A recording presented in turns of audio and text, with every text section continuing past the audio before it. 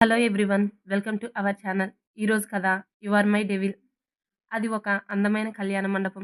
అక్కడ పెళ్లిపీటల మీద ఒక అమ్మాయి, అబ్బాయి ఒకరి కళ్ళలోకి ఒకరు చూసుకుంటూ ఈ రోజుతో మన ప్రేమ పెళ్లిగా మారబోతుంది అని తమ కళ్ళతోనే సైగలు చేసుకుంటున్నారు. అమ్మాయి తల్లిదండ్రులు పెళ్ళికొడుకు కాళ్ళు కడిగి ఆ నీటిని తమ తల మీద చల్లుతున్నారు. పెళ్లికూతురు తండ్రి పెళ్ళికొడుకు చేతులు పట్టుకొని, ఈ రోజు నుండి నా కూతురు నీ భార్యగా మీ ఇంట్లో అడుగు పెడుతుంది. తనకి ఎటువంటి కష్టం రాకుండా చూసుకో బాబు అని తన కన్నీరు పెడుతున్నాడు. పెళ్లికూతురు తండ్రి అయిన రఘురామయ్య గారు. తన తండ్రి అలా చిన్నపిల్లాడిలా ఏడుస్తుంటే పెళ్లికూతురు కంట్లో అప్పటి వరకు దాచిన కన్నీరు తన చెంపల మీదకి కారుతుంది. తన ప్రాణసఖి కంట్లో కన్నీరు చూసిన తను పెళ్లికూతురు తండ్రి చేతిని పట్టుకొని, మీకు మాట ఇస్తున్నా మావయ్య, తనని నా గుండెల్లో పెట్టుకొని చూసుకుంటా.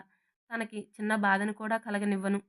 తను కన్నీళ్లు తుడుచుకొని, సంతోషం బాబు, ఇక నేను నిశ్చింతగా ఉంటాను. నా బంగారు తల్లిని నీ చేతుల్లో పెడుతున్నా. పెళ్లికూతురు నాన్న అని తనని పట్టుకొని ఏడుస్తుంటే వాళ్ళ అమ్మగారు, ఏమండి, ఏంటిది? పచ్చని పెళ్లి పందిరిలో మీరు బాధపడడమే కాకుండా అమ్మాయిని కూడా ఎందుకు బాధ పెడుతున్నారు అని తన చెవిలో చిన్నగా చెప్పింది తన భార్య అయిన మాలతి.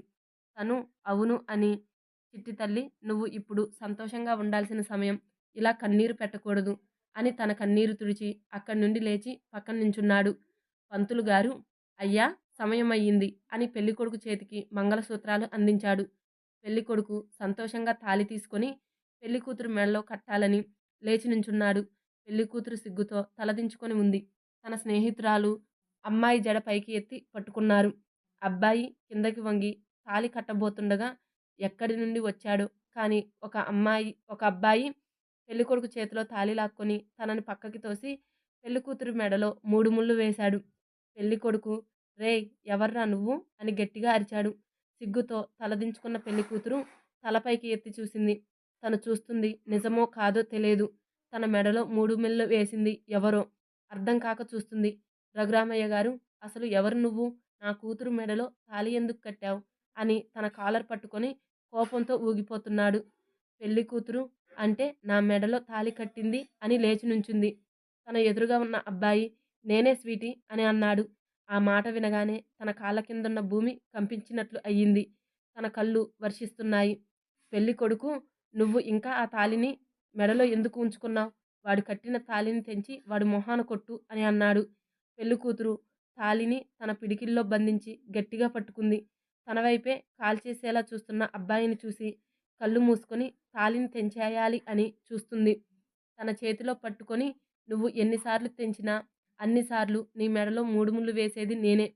అది నీ మీద నుండి తెంచిన మరుక్షణం నీ తండ్రి ప్రాణాలు గాలిలో కలిసిపోతాయి అని తన నుదుటి మీద తుపాకీ గురిపెట్టాడు. రఘురామయ్య, చిట్టి తల్లి, నువ్వు నా ప్రాణాల గురించి ఆలోచించి నీ జీవితం నాశనం చేసుకోకు. వీడు నన్ను ఏం చేయలేడు. తను నవ్వుతూ, నిజమే, మిమ్మల్ని నేను ఏమీ చేయలేను. ఎందుకంటే నా స్వీటీకి మీరంటే చాలా ఇష్టం. అందుకే అని తుపాకీ పెళ్ళికొడుకుకు గురిపెట్టి తన భుజం మీద షూట్ చేశాడు. భుజం మీద షూట్ చేయగానే పెళ్ళికొడుకు గావు కేక పెట్టాడు ఆ నొప్పి భరించలేక. పెళ్లి కూతురు తన దగ్గరికి వెళ్ళాలి అని 2 అడుగులు ముందుకు వేయగానే, నువ్వు తన కోసం ఇంక ఒక్క అడుగు ముందుకు వేసిన క్షణం కూడా ఆలోచించకుండా వీడిని చంపేస్తాను అని తన గన్కి తలకి గురిపెట్టాడు. పెళ్లికొచ్చిన బంధువులు అందరూ భయంతో అక్కడి నుండి పారిపోవాలని చూశారు. కానీ అక్కడ తన మనుషులు తుపాకులు పట్టుకొని అందరినీ చుట్టుముట్టారు. పెళ్లి కూతురు, వద్దు, తనని ఏం చేయకు అని తనకి దండం పెడుతుంది.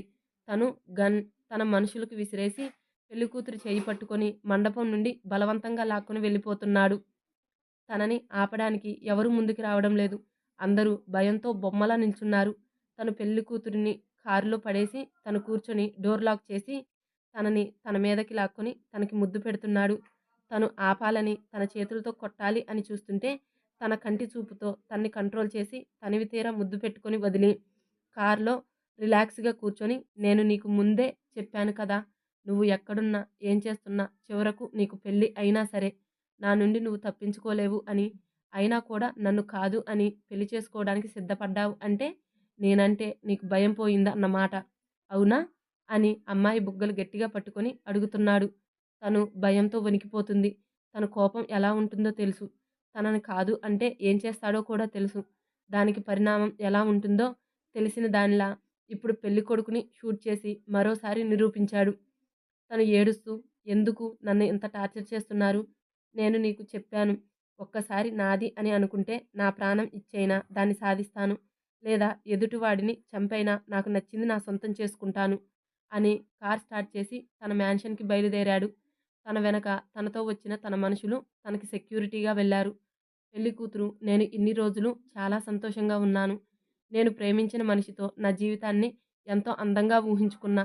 కానీ ఇప్పుడు నా కలలన్నీ పేకమేడల్లా కూలిపోయాయి."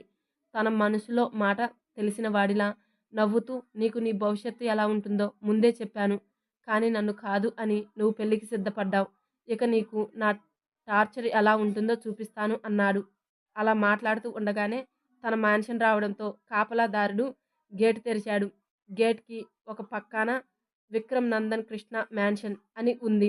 పెళ్లికూతురు అది చూసి మొదటిసారి తను ఆ ఇంటికి ఎలా వచ్చిందో అని ఆలోచిస్తుంది. ఆ ఇంటికి మొదటిసారి వచ్చినప్పుడు ఏం జరిగిందో తెలుసుకుంది. ఆ ఇంటికి ఎలా రావాల్సి వచ్చిందో, అప్పుడు జరిగిన సంఘటనలు ఒక్కసారిగా కళ్ళ ముందు మెదిలాయి. విక్రమ్ నందన్ కృష్ణ అనేది ఒకరి పేరు కాదు, ముగ్గురి పేర్లు. ఈ కుటుంబం గురించి పూర్తిగా తెలుసుకుందాం. తన ముగ్గురు మనవళ్ళ పేర్లు కలిసి వచ్చేలా ఆ ఇంటికి అలా పేరు పెట్టారు వారి తాతగారైన కోటేశ్వరరావు గారు. విక్రమ్ కృష్ణ తండ్రి జనార్దన్, తల్లి విమల, చెల్లె పల్లవి. నందన్ కృష్ణ తండ్రి శ్రీనివాస్, తల్లి లలిత. కృష్ణ తల్లి సుభద్ర. తండ్రి తనకి 2 సంవత్సరాలు ఉన్నప్పుడు చనిపోయాడు. జనార్దన్ పుట్టుకతోనే కోటీశ్వరుడు. తన తండ్రి ఒక రాజకీయ నాయకుడు. కోటేశ్వరరావు తల్లి జానకి. శ్రీనివాస్, సుభద్ర, జనార్దన్ తమ్ముడు చెల్లెలు. జనార్దన్ శ్రీనివాసుల ముద్దుల చెల్లి. తల్లిదండ్రుల గారాల పట్టి సుభద్ర. చెల్లెలంటే ఇద్దరి అన్నయ్యలకు ప్రాణం. తను కోరింది ఏదీ కాదు అనకుండా తన ముందు ఉంచేవారు. జనార్దన్ ఒక అమ్మాయిని ప్రేమించాడు. ఆ విషయం తల్లిదండ్రులకి చెప్పాలి అంటే భయం వేసి తన చెల్లికి చెప్పాడు. తను హ్యాపీగా తన అన్నయ్యని హత్తుకొని, "నిజమా? నువ్వు ఒక అమ్మాయిని ప్రేమించావా?" "హా! అవును. తనని మొదటిసారి చూసినప్పుడే నాకు బాగా నచ్చింది." "సుభద్ర, ఇంతకీ ఎవరు ఆ అమ్మాయి?" "ఇంకెవరు? తన నీ స్నేహితురాలు విమల." ఆ మాట వినగానే, "ఏంటి? తనా?" అని నోరు తెరిచింది సుభద్ర. జనార్దన్, "అవును, తనే" అన్నాడు.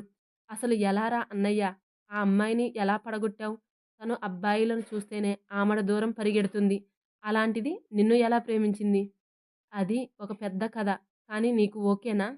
నా స్నేహితురాలు నా వదినగా వస్తుంటే సంతోషంగా ఉండదా చెప్పు? నాకు ఇష్టమే కానీ నాన్నకు చెప్పాలి అంటే భయంగా ఉంది" అన్నాడు. "నువ్వు నాకు సహాయం చెయ్యాలి." "సరే, చేస్తాను కానీ నాకు ఒక మాట ఇవ్వాలి. నేను అడిగింది కాదు అనకూడదు" అంటుంది సుభద్ర. "నాకు ఆ ఛాన్స్ ఇవ్వడులే. అన్నీ నువ్వు అడగక ముందే నీ ముందు పెడతాడు నాన్న. ఏమో, భవిష్యత్తులో నీ సహాయం నాకు అవసరం వస్తుందేమో. అలా వచ్చినప్పుడు నీకు తప్పకుండా సహాయం చేస్తాను" అన్నాడు. "సరే, ఎలా అయినా నాన్నను అమ్మని ఒప్పిస్తాను" అని తన అన్నయ్యకి సహాయం చేసింది. అలా జనార్దన్ విమలాలు ప్రేమించి పెద్దల సమక్షంలో పెళ్లి చేసుకున్నాడు. వారి మొదటి సంతానం విక్రమ్ కృష్ణ. తన పుట్టుక తన తాత జాతకాన్ని మార్చేసింది.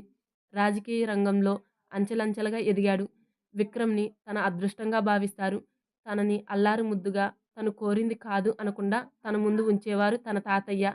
తన కూతురు తర్వాత తన మనవడు అంటే ప్రాణం తనకి. విక్రమ్ కృష్ణ తను పుట్టిన 5 సంవత్సరాలకి సుభద్ర పెళ్లి చేశారు. ఆ తర్వాత శ్రీనివాస్ పెళ్లి కూడా. సుభద్ర పుట్టింట్లో ఉన్న ఆనందంగా అత్తారింట్లో లేదు. పెళ్ళైన మొదటి రోజు నుండి తన భర్త తనని బాధపెడుతూ ఉన్నాడు.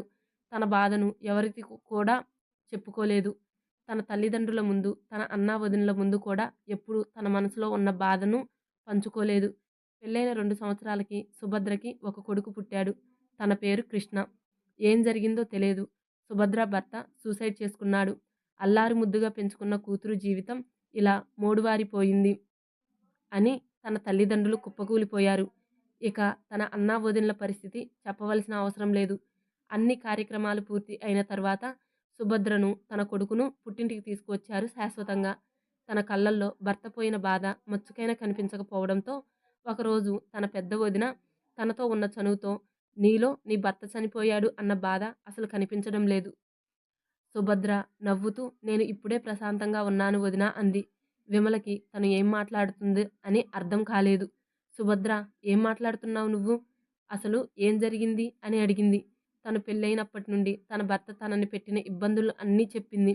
అన్నీ విన్న విమల, సుభద్ర అని కౌగిలించుకొని ఏడుస్తూ, ఇంత జరిగినా ఒక్క మాట కూడా మాతో చెప్పాలి అనిపించలేదా నీకు? నా పెళ్లి జరిగినప్పుడే నా మనసును చంపుకొని తనతో జీవితాన్ని పంచుకోవాలి అనుకున్నా. కానీ తను నన్ను ఎంత హింస పెట్టినా భరించాను. నేను తల్లిని కాబోతున్నా అన్న ఆనందం కూడా పాడు చేయాలి అనుకున్నాడు. నా కడుపులో పెరుగుతున్న బిడ్డని చంపాలి అనుకున్నాడు. కానీ దేవుడి దయ వల్ల నా బిడ్డ ప్రాణాలతో ఉన్నాడు. వాడు పుట్టినప్పుడు కూడా వాడిని ఒక్కసారి కూడా చూడలేదు తను. విమల, నువ్వు పుట్టింటికి రాకపోతే నీ భర్త ప్రేమతో నిన్ను విడిచి ఉండలేక అలా అక్కడే డెలివరీకి ఉంచుకున్నాడు అనుకున్నాము. విరక్తితో కూడిన నవ్వు నవ్వుతూ అలా అందరినీ నమ్మించాడు. నాకు ఇప్పుడు ప్రశాంతంగా ఉంది వదినా. కంటి నిండా నిద్రపోయి చాలా రోజులు అయింది. కొంచెం బాబుని చూసుకుంటావా? నేను వెళ్ళి పడుకుంటాను. విమల సరే అని తన తలనిమిరి కృష్ణ దగ్గరికి వెళ్ళింది. తను, విక్రమ్, నందన్లతో ఆడుకుంటున్నాడు. నందన్, కృష్ణ ఒకే వయసు పిల్లలు. విక్రమ్ వాళ్ళిద్దరికన్నా 3 సంవత్సరాలు పెద్దవాడు. విమల కృష్ణని చూస్తూ, మీ అమ్మ ఇక్కడ మహారాణిలా పెరిగింది. అక్కడ తన భర్త పెట్టే కష్టాలు అనుభవిస్తూ ఇన్ని రోజులు అలసిపోయింది. ఇప్పటికి మీ అమ్మ మనసు, శరీరానికి ప్రశాంతత లభించింది. ఈ విషయం అత్తయ్య, మామయ్యలకు తెలిస్తే వాళ్ళు ఇంకా కృంగిపోతారు. ఎవరైతే వినకుండా ఉండాలి అనుకున్నారో వారే విన్నారు. తమ కూతురి జీవితం ఇలా అవ్వడానికి కారణం తమే అని లోలోపలే కుమిలిపోతూ కొన్ని సంవత్సరాలకు ఒకరి తర్వాత ఒకరు తమ ప్రాణాలు విడిచారు. ఆ ఇల్లు ఇప్పుడు శోకసంద్రంలో మునిగిపోయింది. వారు ఆ బాధలో నుండి కోలుకోవడానికి చాలా సమయం పట్టింది. అప్పటికి పిల్లలు కొంచెం పెద్దవాళ్ళు అయ్యారు. విక్రమ్ ఎయిత్ క్లాస్, నందన్, కృష్ణలు 5th క్లాస్ చదువుకున్నారు. తమ తాతయ్య, నాయనమ్మలు ఇద్దరూ దూరం కావడంతో విక్రమ్ తన బాధను తన మనసులో దాచుకొని మొండివాడిగా తయారయ్యాడు. విక్రమ్ తాతయ్య, నాయనమ్మ చనిపోయిన తర్వాత చాలా మూడీగా మారిపోయాడు. తన ఆనందం, బాధ, అన్ని రకాల భావోద్వేగాలు, ఇంకా చాలా విషయాలు తన తాతయ్యతో చెప్పుకునేవాడు. అలాంటిది ఇప్పుడు తను ఎవరితో మాట్లాడకుండా ఇంట్లో అందరికీ దూరంగా ఉండడము అలవాటు చేసుకున్నాడు. ఆ ఇంట్లో తన తాతయ్య తర్వాత తను ఎక్కువగా ఇష్టపడేది తన మేనత్త సుభద్ర. కానీ తను కూడా ఇప్పుడు దుఃఖంలో మునిగిపోయి ఉండడము, ఎంతో ఆనందంగా ఉన్న కుటుంబం ఇలా అవ్వడానికి కారణం ఏంటి అని ఆలోచిస్తూ ఉన్నాడు. అప్పుడు సడన్‌గా తనకి తన తాతయ్య డైరీ ఉ గుర్తుకు వచ్చి వెంటనే తన గదికి వెళ్ళి ఆ రూమ్ అంతా వెతుకుతూ ఉన్నాడు. కానీ ఆ డైరీ ఎక్కడా కనిపించలేదు. ఆ గది నుండి వెళ్ళిపోవాలి అనుకున్న టైంలో ఆ రూమ్‌లో ఉన్న లాకర్ గదికి వెళ్ళాడు.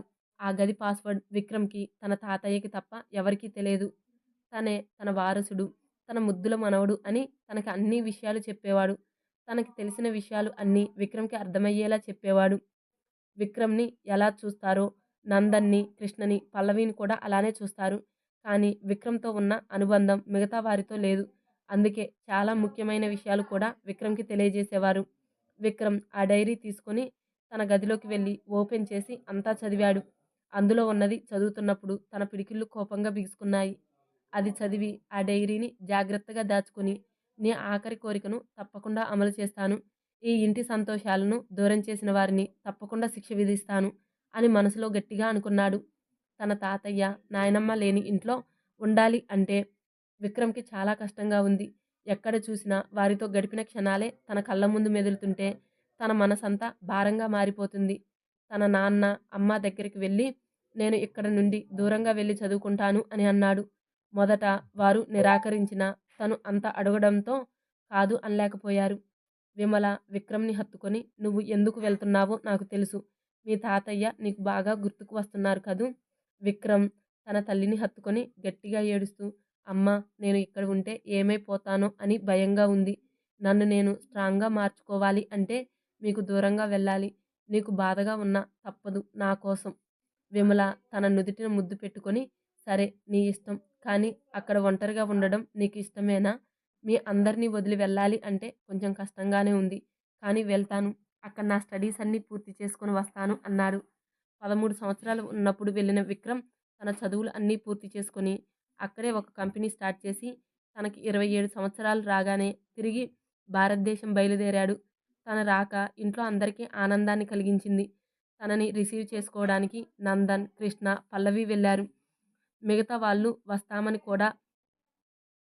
వస్తామన్నా కూడా వారిని రానివ్వలేదు. విక్రమ్ కోసం వేచి చూస్తున్నారు విమానాశ్రమం బయట. ఫ్లైట్ ల్యాండ్ అయిన అరగంటలో విక్రమ్ కళ్ళకి గాగుల్స్ పెట్టుకొని చాలా హుందాగా నడుచుకుంటూ బయటికి వచ్చాడు. విక్రమ్‌ని చూసిన ముగ్గురు అన్నయ్య, బావ అంటూ వెళ్లి తనని గట్టిగా కౌగిలించుకున్నారు. విక్రమ్ కూడా వారిని ఆత్మీయంగా కౌగిలించుకొని ఇన్ని రోజులు వాళ్ళు తనని ఎంత మిస్ అయ్యారో తెలుస్తుంది. పల్లవి అయితే విక్రమ్‌ని అసలు వదలకుండా గట్టిగా పట్టుకొని ఏడుస్తుంది. అన్నయ్య ఇన్ని రోజులు వాళ్ళు తనని అంత అన్నయ్య ఇన్ని రోజులు మా అందరికీ దూరంగా ఉండాలి అని ఎలా అనిపించింది? ఇన్ని సంవత్సరాల్లో ఒక్కసారి కూడా మమ్మల్ని చూడాలి అనిపించలేదా నీకు? అంది ఏడుస్తూ. తను అలా ఏడుస్తుంటే విక్రమ్‌కి బాధగా అనిపించింది. నందన్, కృష్ణకి కూడా పల్లవిని అలా చూస్తుంటే చాలా బాధగా అనిపించింది. విక్రమ్ పల్లవిని పట్టుకొని తన నుదిటిని ముద్దు పెట్టుకొని తన కన్నీళ్లు తుడిచి, సారీ బంగారం, ఇక వచ్చేశాను కదా! మిమ్మల్ని వదిలి ఇక ఎక్కడికి వెళ్ళను. నువ్వు అలా ఏడుస్తుంటే అసలు బాగోలేదు తెలుసా? అందుకే నిన్ను కూడా వద్దు అంది. ఇంక అత్తయ్య, మామయ్య కూడా వచ్చి ఉంటే ఇక ఈరోజు ఇంటికి వెళ్ళకుండా ఇక్కడే ఉండాల్సి వచ్చేది. ఇక ఆపవే బాబు, మీ అన్న చొక్కాని కన్నీటితో తడిసిపోయేలా ఉంది అంటాడు కృష్ణ. పల్లవి కళ్ళు తుడుచుకొని, రేయ్ ఇక ఆపుతావా లేదా? నా చేతిలో చస్తావు అంటుంది.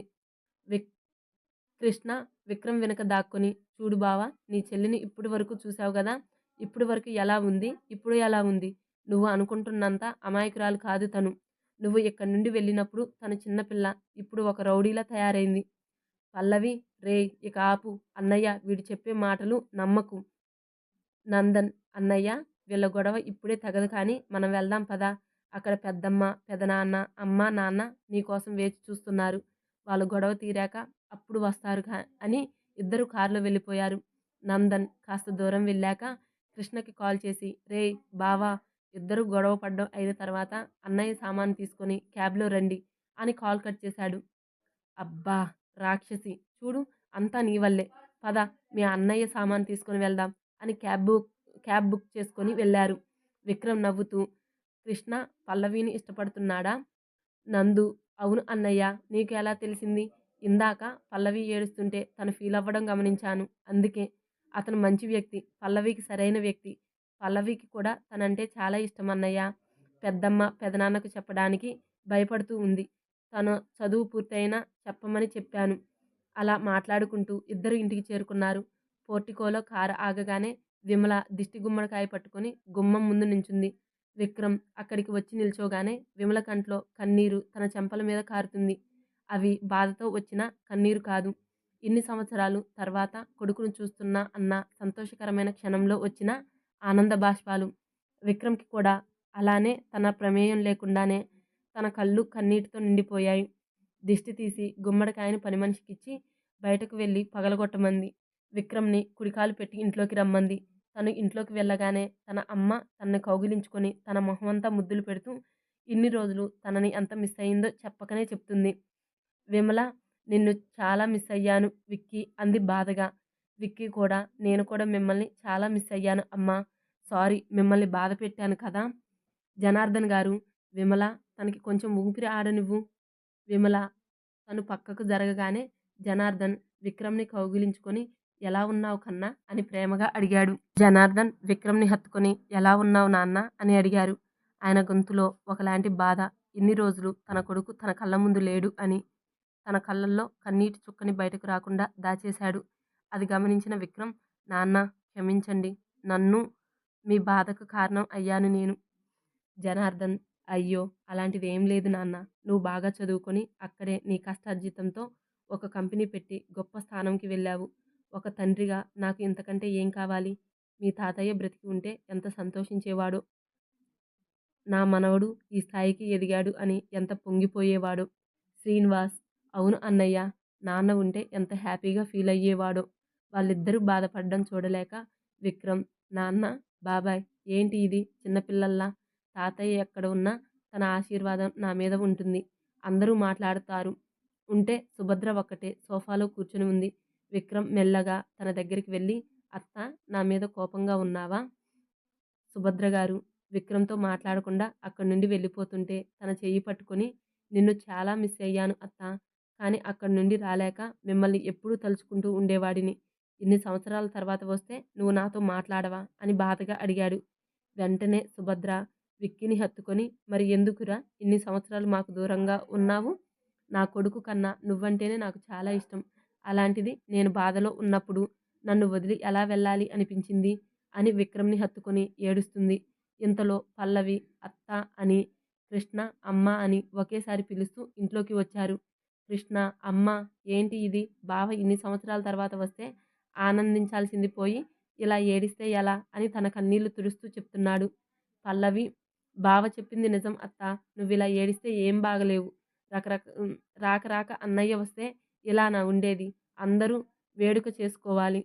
పల్లవి నాన్న అన్నయ్య వచ్చిన సందర్భంగా మన రిలేషన్స్‌కి, ఫ్రెండ్స్‌కి గ్రాండ్‌గా పార్టీ ఇవ్వాలి అంది. పల్లవి చెప్పిన దానికి అందరూ ఒకేసారి అవును అని కోరస్ పాడతారు. సుభద్ర కృ కృష్ణ చెవిలో చూడరా నీకు కాబోయే పెళ్ళాం ఎంత తెలివిగా ఆలోచించిందో. దానికి అన్నీ నా పోలికలే. పల్లవి సుభద్ర చెవిలో అది అలా చెప్పు అత్తా నీ కొడుక్కి. కృష్ణ మా అమ్మ చెప్తోంది నీకు ఎలా వినిపించింది? మా అత్త నా గురించి చెప్పేటప్పుడు నీ చెవిలో చెవిలో చెప్తుంది కదా! విమల ఏంటి అత్తాకోడళ్ళు చెవిలో గుసగుసలాడుతున్నారు? కృష్ణ విమల దగ్గరకు వెళ్ళి వారిని భరించడం కష్టంగా ఉంది. నా కూతురు అసలే మొండిది. నువ్వు ఇలా మెతకగా ఉంటే నిన్ను ఒక ఆట ఆడుకుంటుంది. దానిని కొంచెం కంట్రోల్‌లో పెట్టుకో. లేదు అంటే రేపు పెళ్ళైన తర్వాత నువ్వే కష్టపడాలి. సరే అత్తా నువ్వు అనుమతి ఇచ్చావు కదా! ఇక నేను చూసుకుంటాలే. పల్లవి అబ్బో! నన్ను, నా అత్తను అని నువ్వు మీ అల్లుడు ఏం మాట్లాడుకుంటున్నారు? కృష్ణ ఏం లేదు అత్తా. నాకు ఒక అమ్మాయిని చూసిందంట. తను చాలా అందంగా ఉంటుంది. అనుకోగల పిల్ల. తన్ని పెళ్లి చేసుకుంటావా అని అడుగుతుంది. పల్లవి కోపంగా అమ్మా నువ్వు బావకి అమ్మాయిని చూసావా? అవునురా చాలా మంచి అమ్మాయి. నా స్నేహితుడి కూతురు. తను మీ నాన్నకి, బాబాయ్, పిన్నికి కూడా నచ్చింది. విమల అలా అనగానే శ్రీనివాస్ వదినా నన్నెందుకు ఇరికించావు? అసలే అది రాక్షసి. ఇక నన్ను చంపేస్తుంది. మాలతి అక్క నాది కూడా అదే డైలాగ్. నందు పల్లవి దగ్గరికి వెళ్ళి తన భుజం మీద చెయ్యి వేసి నా ముద్దల చెల్లిని ఎందుకు ఏడిపిస్తున్నారు? నందు కృష్ణతో రేయ్ బావా నా చెల్లిని నీకంటే అందగాడికిచ్చి పెళ్లి చేస్తాను. పల్లవి రేపటి నుండి ఆ పనిలో ఉండురా అన్నయ్య. రోజు ఈ మొహాన్ని చూసి నాకు బోర్ కొట్టింది అని తన గదిలోకి వెళ్ళింది. తన వెనకే కృష్ణ కూడా. విక్రమ్‌ని విక్కీ అని కూడా పిలుస్తారు. విక్కీ అమ్మా! ఎందుకు అలా అన్నావు? పాపం తను బాగా ఫీలయ్యింది. అందుకేగా నా కొడుకు వెనక వెళ్ళాడు అంది సుభద్ర. అందరూ ఒక్కసారిగా గట్టిగా నవ్వారు. విక్రమ్ అందర్నీ చూస్తూ ఇన్ని రోజులు తను ఏం మిస్ అయ్యాడో తెలుసుకున్నాడు. తనకి ఒక రకంగా బాధగా ఉంది. జనార్దన్, పల్లవి అన్నట్టు అందరికి గ్రాండ్‌గా పార్టీ ఇస్తాను అన్నాడు. విక్రమ్ నాన్న ఇప్పుడు ఇదంతా అవసరం లేదు అన్నాడు. ఇంతలో శ్రీనివాస్ అన్నయ్య చెప్పింది నిజమే కదా విక్రమ్! నేను, అన్నయ్య కంపెనీ బాధ్యతల్ని మీ ముగ్గురికి అప్పగించాలి అనుకుంటున్నాం. అందుకే ఈ పార్టీ. కాదు అనకు. విక్రమ్ అలాగే బాబాయ్ మీ ఇష్టం. కానీ మీడియాని మాత్రం అనుమతించకండి. విక్రమ్ మామ్ నేను కాసేపు రెస్ట్ తీసుకుంటాను అని తన గదికి వెళ్ళాడు. అప్పుడే ఎలా ఉందో ఇప్పుడు అలానే ఉంది. కానీ కొంచెం మార్పులు చేశారు అంతే. విక్రమ్ ఫ్రెష్ అయ్యి పడుకున్నాడు. మధ్యాహ్నం విమల వచ్చి తనని నిద్రలేపి కన్నా భోజనం ఇక్కడికే తీసుకురానా అంటుంది.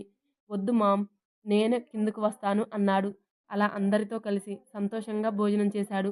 జనార్దన్ విక్రమ్ వచ్చిన రోజే పార్టీ ఏర్పాట్లు చేసి తన వ్యాపార భాగస్వాములకి, కుటుంబ స్నేహితులకి విక్రమ్, నందన్, కృష్ణాలకు తమ వ్యాపారం అప్పగిస్తున్నట్టు, నాకు నా తమ్ముడికి ఎలా మీ సహాయ సహకారాలు అందించారో అలాగే మా వారసులకు కూడా తోడుగా ఉంటారు అని ఆశిస్తున్నాం అన్నారు.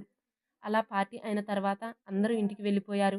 అందరూ బాగా అలసిపోవడంతో ఎవరి రూమ్‌కి వాళ్ళు వెళ్ళిపోయారు.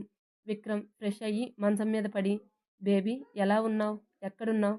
నీకోసం వస్తున్నా. ఈ రోజుతో నీ జీవితంలో ఉన్న సంతోషాలు అన్నీ నీ నుండి దూరం అవుతుంది. ఈ రాత్రి ప్రశాంతంగా నిద్రపో బేబీ.